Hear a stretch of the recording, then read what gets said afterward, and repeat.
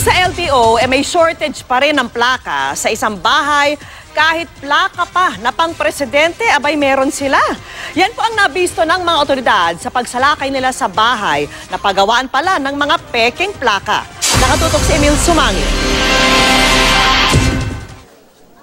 Isang ordinaryong residential property ang itsura. Pero sa loob ng bahay na ito na matatagpuan sa Barangay Bagong Silangan, Quezon City, nadiskubre ang pagawaan ng mga iligal na plaka ng sasakyan. Sa tulong ng QCPD Special Operations Unit, ni-raid ng LTO sa bisa ng search warrant ang bahay. Maliban ko sa iyo, ang LTO hindi makagawa ng plaka eh. Nakita mga hindi raw otorisadong commemorative plate na may markings tulad ng PNP at PDP laban. Mayroon ding numero tulad ng plakang 17 na para sa city prosecutor, numero 8 na para sa mga congressman, at pati ang number 1 na para sa presidente ng republika. May mga finished products na ring nadiskubre ang raiding team. Ayon sa LTO at pulisya, nagagamit ang mga peking special plate na ito para maabsuelto sa traffic apprehension. Pulido raw ang yari at ginagamit din daw ng mga kriminal at sindikatong pasok sa kambal plaka modus at carnapping. Itong mga nakaw na sasakyan, nagagawa nilang paraan, nakakahanap sila ng plaka. Diba? So ito yung kanilang kinokontak para maglagay doon. Minsan ginagamit din daw ang mga peking plakang gaya nito kahit ang mga simpleng motoristang gustong makatakas sa color coding.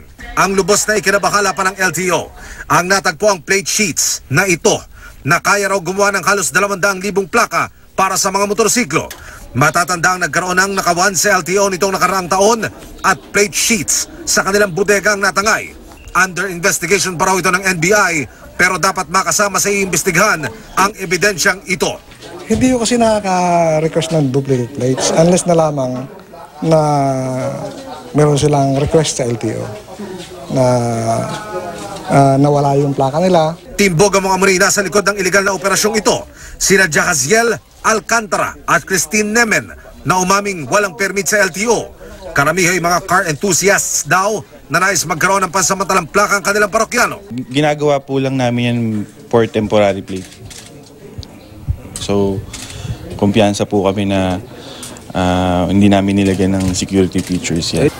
Pero dapat nandito yung file number.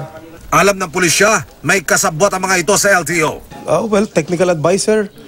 Pwede kasi na mga dating galing sa LTO na hindi natin malaman kung hanggang ngayon may connect doon. Yun ang ating iimbestigahan. Emil Sumangil, nakatutok, 24 oras.